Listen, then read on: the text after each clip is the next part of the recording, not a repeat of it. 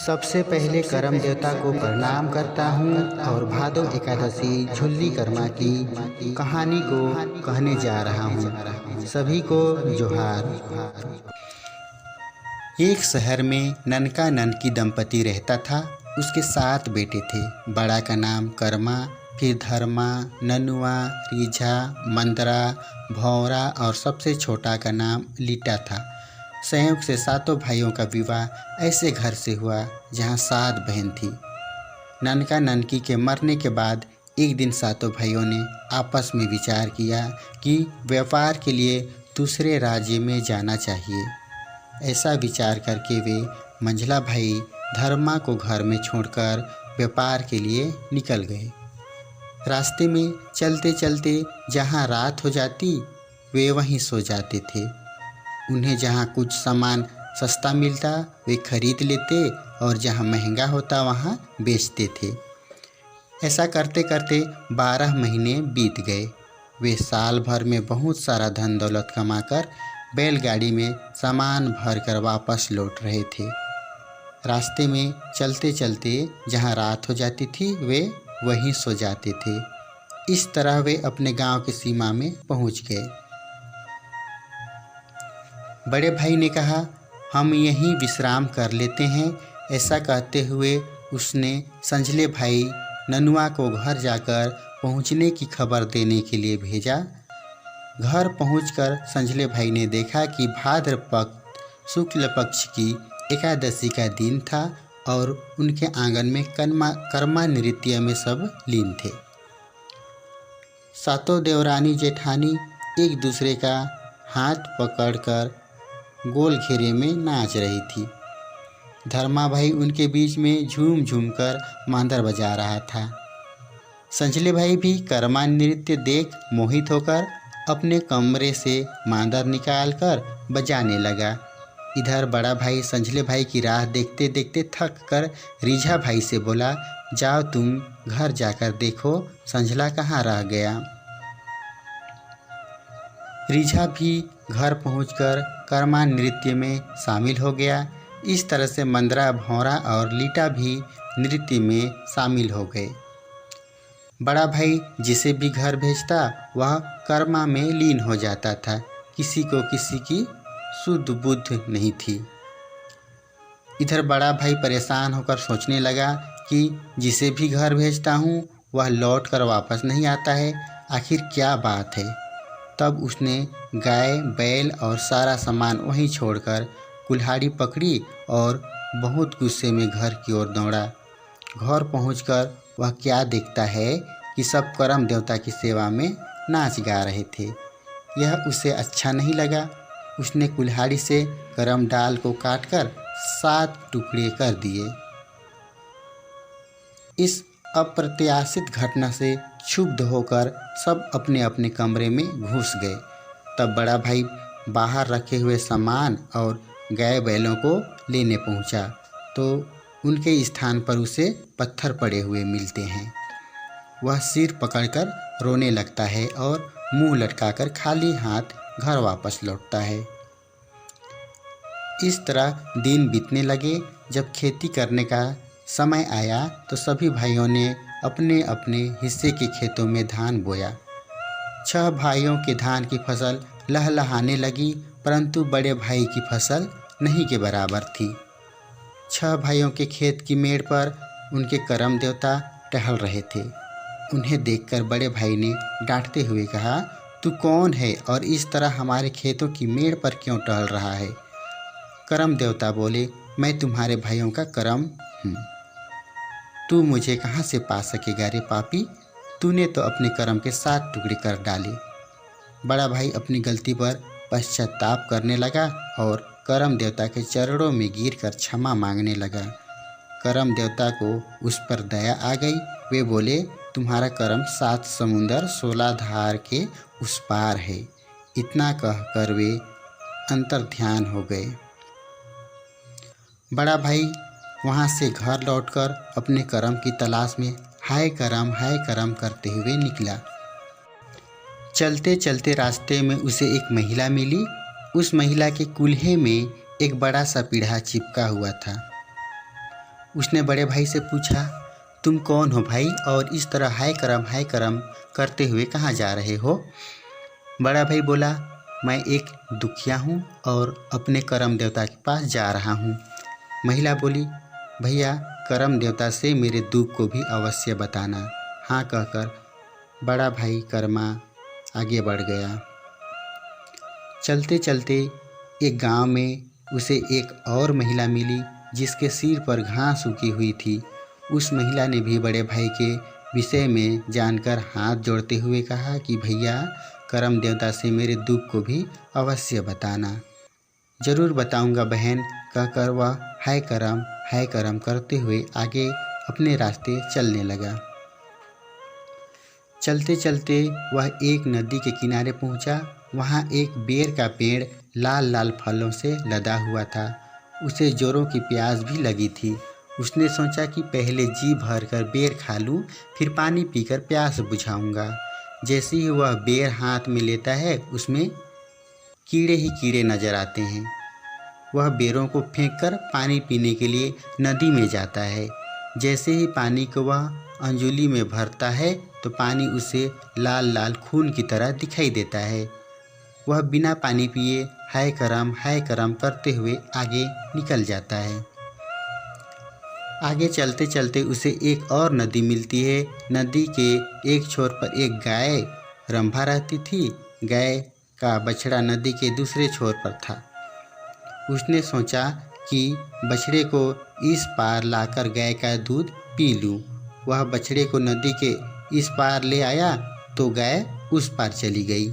जब वह गाय को इस पार लाया तो बछड़ा उस पार चला गया।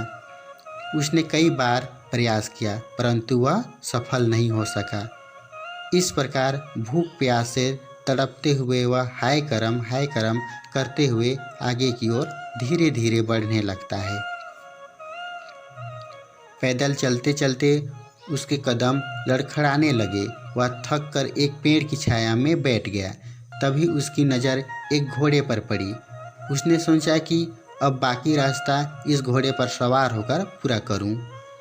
वह जैसे ही घोड़े के पास पहुंचा, घोड़ा जोर जोर से हिनहिनाते हुए उछलने लगा। वह घोड़े को अपने काबू में नहीं कर सका। वह समझ चुका था कि उसके साथ जो भी हो रहा है वह करम देवता के अपमान के कारण हो रहा है। वह गिरते पड़ते हाय करम करते हुए जैसे तैसे समुद्र के किनारे पहुंचा। वहां एक मगर रोगी की भांति रेत में लेटा हुआ था। बड़े भाई ने मगर से कहा, भाई मुझे किसी तरह 7 समुंदर सोराधार के पास पहुंचा दो, मैं जीवन भर तुम्हारा उपकार मानूंगा। मगर उसके बारे में सब कुछ जानकर बोला, मेरे सिर में बहुत बड़ी सूजन हो गई है। उसकी पीड़ा मुझसे सही नहीं जा रही है। मुझे इस पीड़ा से छुटकारा कैसे मिलेगी यह करम देवता से पूछकर बताना। इसी शर्त पर मैं तुम्हें समुद्र पार कराऊंगा। बड़े भाई ने कहा, भाई मैं करम देवता से सबसे पहले तुम्हारे दुख को ही बताऊंगा। तब मगर ने उसे 7 समुद्र 16 धार के पार पहुंचा दिया। बड़ा भाई देखता है कि उसके करम देवता करम पेड़ के रूप में लहलहा रहे हैं। वह करम देवता के चरणों में गिरकर क्षमा मांगते हुए कहा, हे करम देवता, मुझसे बहुत बड़ा अपराध हुआ है, मेरे पाप को क्षमा कीजिए, मैं आपकी शरण में हूँ। करम देवता बोले, जाओ मैंने तुम्हें माफ़ किया, परंतु अब से ऐसी गलती मत करना और प्रतिवर्ष भाद्रपद शुक्ल पक्ष की एकादशी को मुझे आंगन में स्थापित कर व्रत पूजन करके रात भर मेरी सेवा करना। बड़ा भाई करम देवता से हाथ जोड़कर कहता है, प्रभु आपने मुझे क्षमा करके मेरा उद्धार किया है, इसके लिए मैं सदैव आपका आभारी रहूँगा।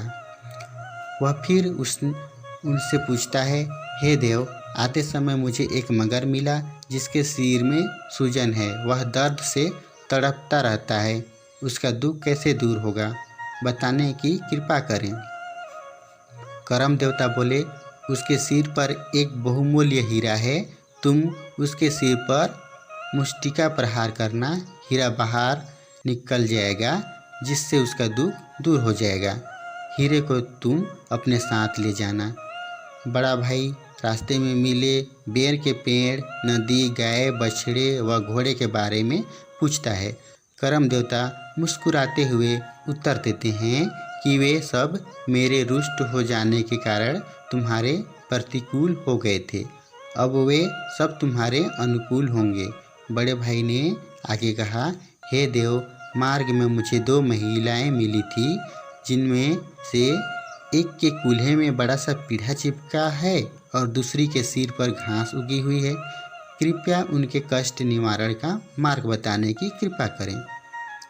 करम देवता बोले, पहली महिला कभी किसी को सम्मान नहीं देती है, घर परिवार में अपने से बड़ों के सामने भी सदा ऊंचे आसन पर बैठती है तथा दूसरी महिला अपने सास, ससुर, जेठ एवं अन्य बड़े बुजुर्गों के सामने भी अपना सिर नहीं ढकती है। इन्हीं कारणों से उन्हें कष्ट भोगना पड़ रहा है। यदि वे दोनों अपने बड़े बुजुर्गों का आदर सम्मान करना स्वीकार करेंगी तो तुम पीढ़े को लात मार देना और सिर को स्पर्श कर देना, उन दोनों के दुख दूर हो जाएंगे। बड़ा भाई करम देवता को सादर प्रणाम करके वापस लौटने लगता है। समुद्र के किनारे मगर उसकी प्रतीक्षा में बैठा हुआ था। बड़े भाई को देखते ही वह पूछ बैठता है, करम देवता ने मेरे दुख के विषय में क्या कहा? बड़े भाई ने कहा, पहले मुझे समुद्र के उस पार पहुंचाओ, फिर मैं बताऊंगा। मगर उसे अपनी पीठ पर बैठाकर समुद्र के किनारे ले आता है। जैसे ही बड़ा भाई किनारे पहुंचता है, मगर के सिर पर एक जोरदार मुष्टिका का प्रहार करता है। मगर के सिर से हीरा बाहर निकल आता है। मगर को आराम मिल जाता है। बड़ा भाई हीरा लेकर वापस अपने घर के सामने खुशी खुशी लौटने लगता है। रास्ते में उसे वही घोड़ा फिर मिलता है, परंतु इस बार वह घोड़ा बड़े भाई को देखकर बैठ जाता है। वह घोड़े पर सवार होकर आगे बढ़ता है। रास्ते में गाय अपने बछड़े को दूध पिला रही होती है। वह गाय का मीठा दूध पीकर उन्हें अपने साथ लेते हुए आगे बढ़ता है। फिर आगे बढ़ने पर भी जी भरकर मीठे मीठे बेर खाता है और नदी का स्वच्छ पानी पीता है। जब वह सिर पर घास वाली महिला के पास पहुंचता है तो उससे कहता है, तुम अपने बड़े बुजुर्गों का आदर सम्मान नहीं करती, कभी अपना सिर नहीं ढकती, ये उसी का दुष्परिणाम है। वह महिला बोली, आज से मैं अपने से बड़ों के सामने तो क्या, छोटों के सामने भी घूंघट डालकर रहूंगी। यह सुनकर बड़े भाई ने उसके सिर को स्पर्श किया। महिला कष्ट से मुक्त हो गई। इसी प्रकार वह पहली महिला के पास पहुंचकर उससे कहता है, तुम हमेशा ऊंची जगह पर बैठती हो, घर परिवार में अपने बड़ों का भी लिहाज नहीं करती, तुम्हारा कष्ट उसी का दुष्परिणाम है। वह महिला बोली, आज से मैं ऊंची जगह पर तो क्या, चटाई पर भी नहीं बैठूंगी। यह सुनकर बड़े भाई ने चिपका हुआ पीढ़ा लात मारकर अलग कर दिया। इस तरह बड़ा भाई वापस अपने घर पहुंचा और प्रत्येक वर्ष भाद्रपद शुक्ल पक्ष की एकादशी के दिन व्रत रखकर विधि पूर्वक पूजन करके करम देवता की सेवा करने लगा। करम देवता के आशीर्वाद से उसके सुख भरे दिन वापस लौट आए। जिस प्रकार उसके लिए करम देवता प्रसन्न हुए, वैसे ही सबके लिए करम देव प्रसन्न हो। जय करम देव।